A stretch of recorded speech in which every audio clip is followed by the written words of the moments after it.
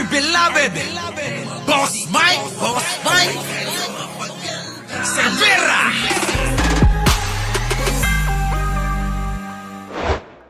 Ito hong si Marcoleta, naiinis ako eh. Idol ko to eh. Bakit kanyo? Aba, hindi makamove on eh. Opo, hindi makamove on siya pagkakasibak eh.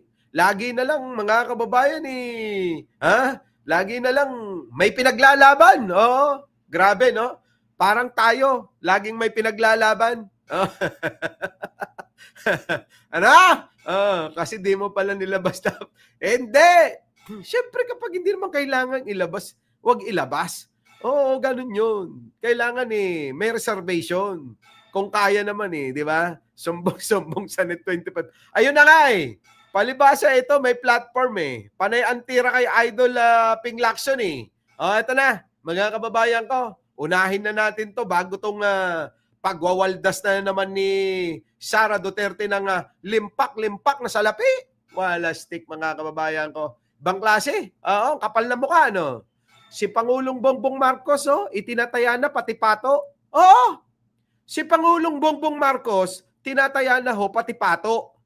Si Sara Duterte, tinataya yung pera natin sa ibang bansa. Oo, abeberoin nyo mga kababayan, wala ako ekang ginagastos na pera ng gobyerno. Pera ko lahat to. Pero yung mga bodyguard ko, syempre kailangan gastos ng gobyerno. Di ba, mga kababayan ko? Ilang bodyguard ang karay-karay ni Sara Duterte. Tapos lahat yon mga kababayan, bayad, oo, ng gobyerno eh. Di po ba? So yun, si Pangulo, mga kababayan ko, kita nyo, siguro gets nyo yung sinasabi kong taya pati pato. Ano po, mga kababayan? Eto na, dito na tayo kay Marcoletang idol ko. Mawalang galang sa inyo. Idol! Pasok!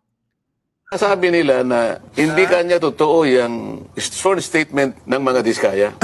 Opo. Bakit nila pinresent yung Mayor Vico ng Pasig? Hindi ba dahil sa kalaban niya yon? Ano naman nung aming presidente ng Senado ngayon, yung Vico Soto? Hindi ba pamangkin niya? Pamangkin, yes po. O di may politika dito, di ba? Kaya mo lang ba sinasabi, kaya mo dinidiminish yung value nung sworn statement na yon dahil kalaban siya ng pamangkin mo sa politika. Kung ako siguro, dapat hindi ako magkukomment sa bahagi na yun Opo. Sapagkat kalaban ng aking pamangkin ito. Hindi siguro magre-recuse siguro ako Hindi ikaw ang magbo-volunteer na palagay ko inedit ito. Sa aking palagay maraming butas ito. Hindi ka dapat magsasabi ng ganon sapagkat magiging bias ka. Dahil kalaban niya ng pamangkin mo. Sa politika. Itingnan mo na lang. Tinawag si Mayor Vico sa House of Representatives. Hindi para magbigay ng testimony. Hindi para magbigay ng dokumentong makakatulong para makakuha ng maraming batayan. Nagsabi siya ng opinion niya tungkol sa mga diskaya. Na sinungaling ang mga taong ito. Yes, opo. Ang opinion ba'y tinatanggap sa pagdinig? Opinion mo yun Sa bawat pagdinig, mapakorte man o ibang quasi-tribunal, quasi-judicial tribunal, ang opinion, dinabaliwala. Hindi tinatanggap ang opinion. Bakit kinakailangan siyang magpahayag ng opinion doon? Ito na mga kababayan ko. Itong si Idol talaga, bitter na bitter dito kay Tito Soto, mga kababayan, ano? Bigyan natin ng reaksyon. Idol, Idol, huwag kang mag-alala. Sa susunod na eleksyon, ikakampanya kita. Ikakampanya kita para huwag kang iboto. Eto na. Nakikita mo, sinasabi nila na hindi kanya totoo yung sworn statement ng mga diskaya. Opo. Bakit nila pinresent yung Mayor Vico ng Pasig? Hindi ba dahil kasi ganito yan, mga kababayan. Alam nyo, yung bawat tao may pagtingin at may pakiramdam. Na alam ng mga bawat tao kung sino nagsasabi ng totoo at nagsisinungaling dyan. Katulad niyan mga kababayan, halatang halata naman mag-press 1 sa mga nakahalata na itong mga diskaya ay kaduda-duda. At talagang alam nyo na hindi nagsasabi ng totoo yan. Sige nga mga kababayan ko. Ngayon, pag tinignan nyo naman ito si Vico Soto, sa totoo lang siya yung nauna na nagbunyag na itong mga diskaya ay mga magnanakaw talaga. Di po ba? Ngayon, kapag tinignan nyo yung kredibilidad ng isang tao na itong si Vico Soto na nagbunyag Ha? Mga kababayan, ano masasabi nyo sa background netong si Vico Soto? May masasabi ba kayo? Sa totoo lang ho ngayon, ang taas ng rating neto eh.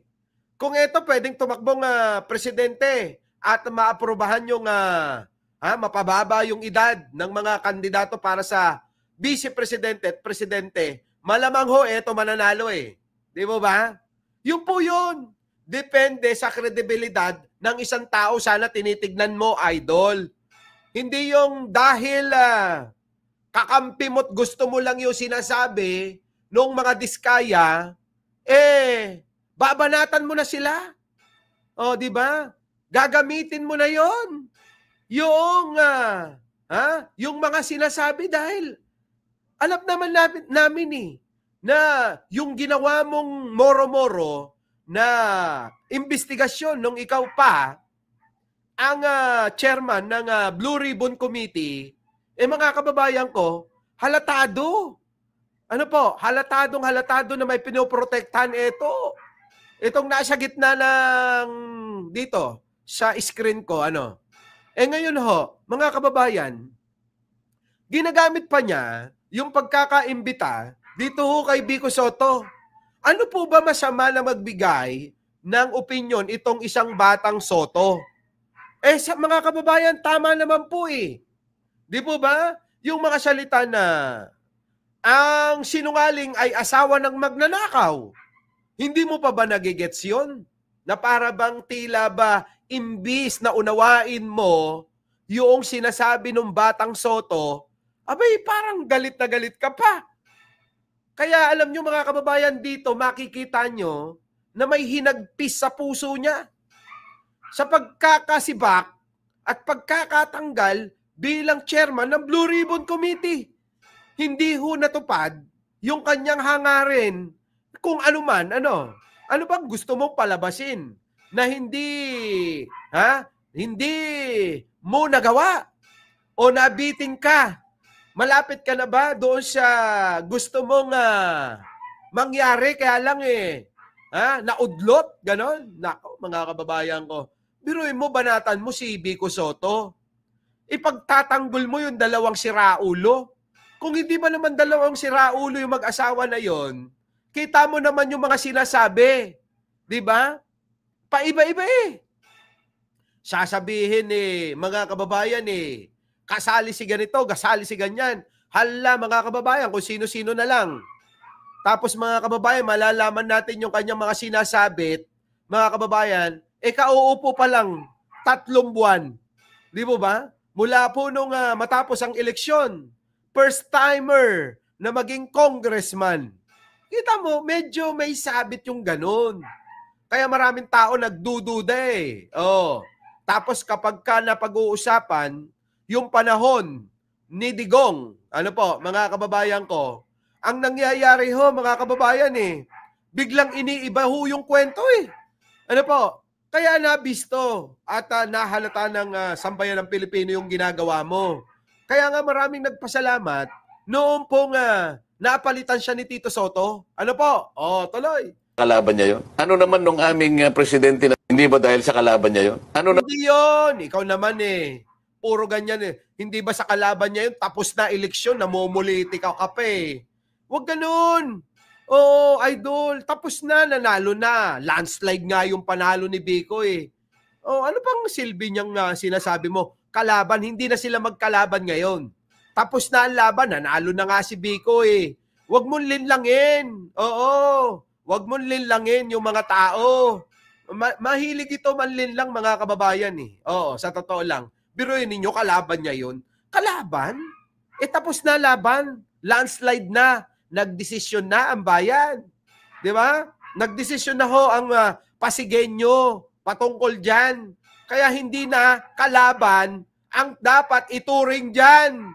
Dapat alamin mo, kung meron bang katotohanan yung sinasabi nung nakakabatang Soto, bakit hindi mo imbitahin? At tanungin. Di ba mga kababayan ko? Simple lang ho mahilig naman ito mag-imbita. Pwede niya naman sabihin at irekomenda. Tito Soto, Mr. President, Maaari po ba na imbis na imbitahan yung inyong pamangkin? At matanong man lamang sa mga kanyang mga sinasabi. Ganun dapat. Hindi yung babanatan mo dahil meron kang platform. Etong mga ito, wala ho eh. Ano po? Kaya ho tayo na lang ho yung pong magbibigay ng opinion at pananaw para hindi naloloko neto yung taong bayan. Ano po? Yan. Tuloy. Naman nung aming presidente na Senado ngayon, yung Vico Soto, hindi ba pamangkin niya? Pamangkin, yes po. Di may politika dito, di ba? Walang ganon, tapos na politika. Naku, sabunutan kita eh. Walang ganon, idol. Huwag mo na ipilit. Pinipilit mo pa eh. Alastik talaga, Pinipilit pa eh. Tuloy. Kaya mo lang ba sinasabi, kaya mo dinidiminish yung value nung sworn statement na yun dahil kalaban siya ng pamangkin mo sa politika? Hindi gano'n. Ayan na, pinipilit mo yung kalaban-kalaban eh. Palibhasa mga kababayan, abogado, magaling magpalusot at gumawa ng kwento eh. Ulitin ko lang ho, ang laban ng pagka-mayor sa Pasig, nagdesisyon na Pasigueño. Landslide, pabor kay Vico Soto. Kumain ho ng alikabok yung mga diskaya din eh. Abay, nagtulong pa yung Eusebio, nakamag-anak daw eh. Kumain na ho ng alikabok, kaya tapos na ho. Once na natapos na ang halalan, tapos na, hindi na dapat pag-usapan yan. Kapag ka malapit na ulit, tumakbo sila, ayun, maaari na meron kang makita na conflict of interest. Pwede yun, masabi mo, dahil merong gaganapin panghalalan o kaya'y kasalukuyan ang pakampanyahan. Wala na ho eh. Nakapag-desisyon na ho, Pasigueño. Vico Soto, landslide ang boto.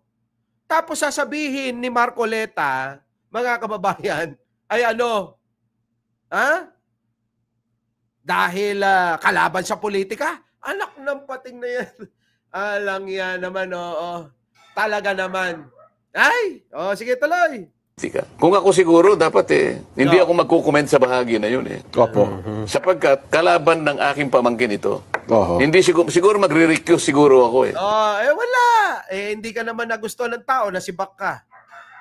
Nahalata yung mga diskarte mo, kaya ngayon ipinapasa mo sa iba. Sinisilip mo itong bagong Senate President. Aba, mga kababayan ko.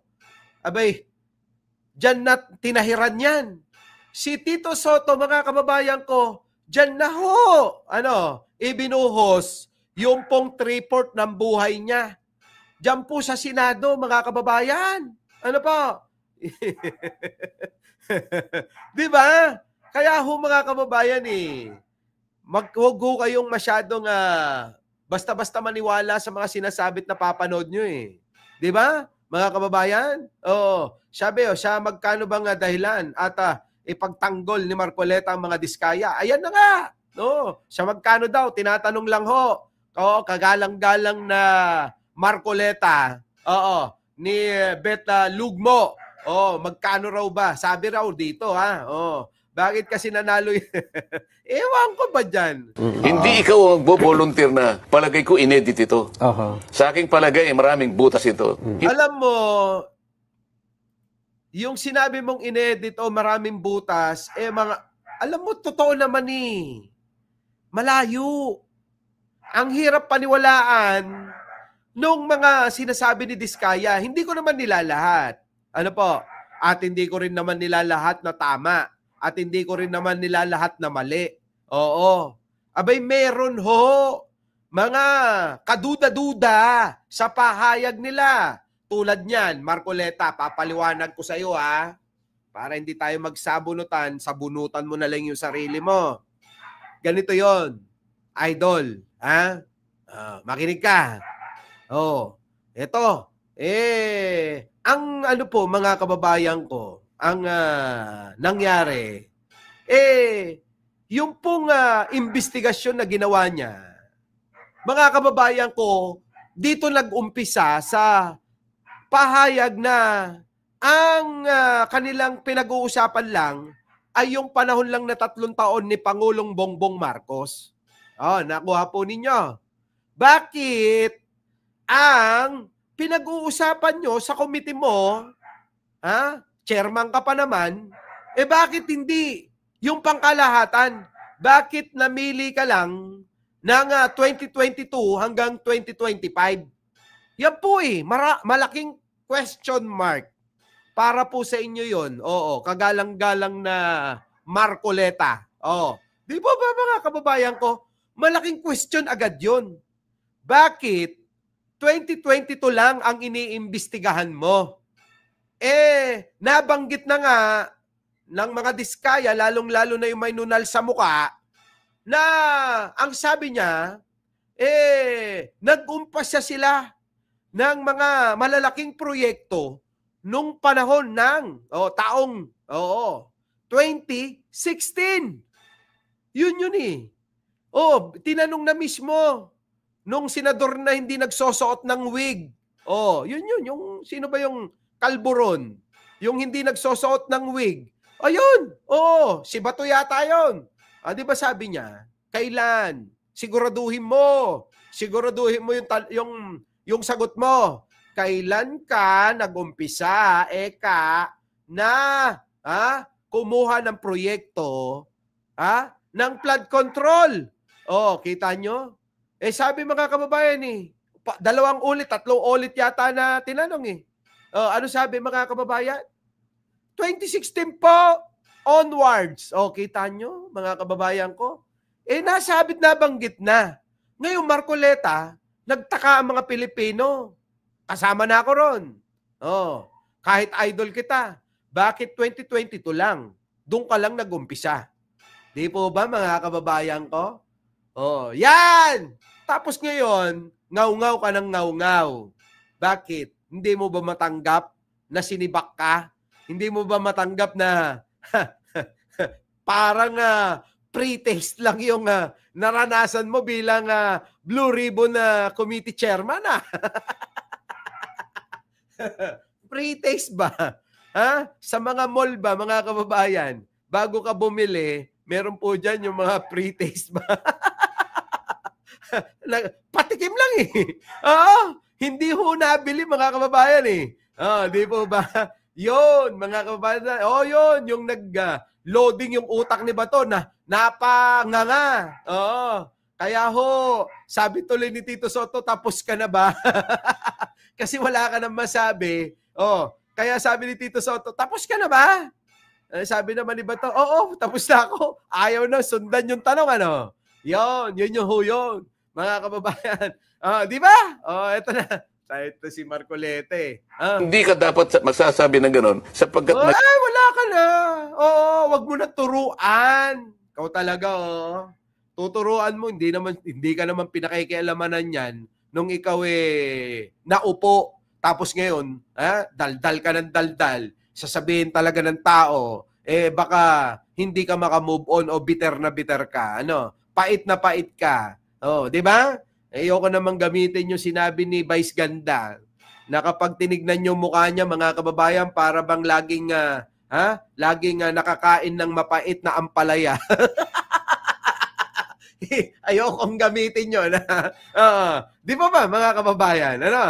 Yung mukha ni Marcoleta, parang sinasabi ni Vice Ganda para po bang laging nakakakain ng mapait na ampalaya. Eto na. Next, eto pa. Dagdag natin. Nakita mo naman ang mainstream media. Nako, eto pati mainstream media mga kababayan ko. Napansin pa niya. Ang daming napapansin ni Idol Marcoleta mga kababayan ko Eto na. Ano ba yung Idol? Nakita mo naman ang mainstream media. Opo. Nung nagsalita yung Diskaya at binanggit yung mga 17, ito wala akong sinasabi, binanggit lang. Binanggit. Nandun lang tayo, binanggit. Depende na kung saan anong kapupuntahan ng pagdinig na ito. Pero maliwanag na nagbanggit siya ng 17 pangalan. Nga. Tingnan mo yung mainstream media. Hindi naman hindi masyadong kinagat yun Paano nga kakagatin halatadong halatado nga na moro-moro nagsisinungaling. Ito naman si Idol, oh. Hindi pa magets. Oo, Idol. Mukhang ikaw lang yung hindi nakakagets. Pero si John Paldas, tingin ko, gets na gets. Ano? Thank you naman. Idol, kaya hindi sinakyan ng mga mainstream media. Yung mga yan, ayaw na maging fake news. Kasi mga kababayan ko, kaya hindi ho sinakyan, halatadong halatado. Kaya nga tayo mga kababayan oo, binabalita natin para kontrahin Yung pong mga sinasabi mga kababayan, talagang mahirap paniwalaan Oo, so totoo lang. Kaya ho yung mga mainstream, eto sinisisi. Pwede mo naman yan Idol, Marcoleta. Baka naman pwede sa Net 25 mo na lang yan ipabalita. Di ba mga kababayan ko? Net 25 mo na lang ipabalita. Totally, meron naman kayong platform. Di dyan na lang. Huwag mo nang idama yung iba. Diyos ko naman, parang bata no? Parang batang nagtatampo na hindi naimbitahan sa birthday party, Isang bata na parang inagawan ng lollipop candy. Mga kababayan ko? Ngayon tignan nyo. Lahat sinisisi. Lahat pinapansin. Lahat pinupuna. Nako, Diyos ko po. Sige, tuloy. Pupuntahan ng pagdinig nito, pero maliwanag na nagbanggit siya ng 17 pangalan. Opo. Tingnan mo yung mainstream media. Hindi naman hindi masyadong kinagat yun Pero nagsalita yung Hernandez at binanggit yung 2 senador, sumambulat kaagad kasi nga, depend. Ito na, hindi niya yata maintindihan mga kababayan. Paliwanag nyo nga. Hindi niya yata maintindihan mga kababayan na ang tao, meron talaga tayo na makikita na, eto, pakiramdam na kaagad natin nagsasabi ng totoo. May makikita naman tayo mga kababayan na mga tao na alam na natin na sige pa ang daldal pero alam na nating nagsisinungaling Ganun yun, Idol. Nasa pakiramdam ng tao yan. Kung yung pakiramdam ng mga mainstream media, etong Bryce Hernandez ang nagsasabi ng katotohanan at may resibo na pinapakita, siyempre paniniwalaan ng tao yan. Ikaw ba naman magpakita ng screenshot ng conversation nitong si Alive Joel Villanueva na magdedemanda daw sa mga vloggers kasi binabanatan siya? Hindi banat yun, Joel Villanueva. Oo. Hindi banat yun. Reaksyon sa mga balita. Magkaiba yung banat at magkaiba yung reaksyon ng mga vloggers kasi nakikita nila kung ano ba yung totoo at hindi sa sinasabi mo, tanga. Di ba? Yun di po ba? Di ba? Tuloy. Eto na. Yan na nga natin to, mga kababayan ko. Pag tinignan nyo mukha talaga mga kababayan, parang laging nakain ng mapait na ampalaya. Yan po yun sige, eto na. Yan na, Idol, move on na tayo. Idol, move on na tayo. Hayaan mo na. May bagong Senate President na at may bago ng chairman ng Blue Ribbon Committee. Ano po? Yung dati kasi sa iyo, Red Ribbon yun Di ba? Our beloved Boss Mike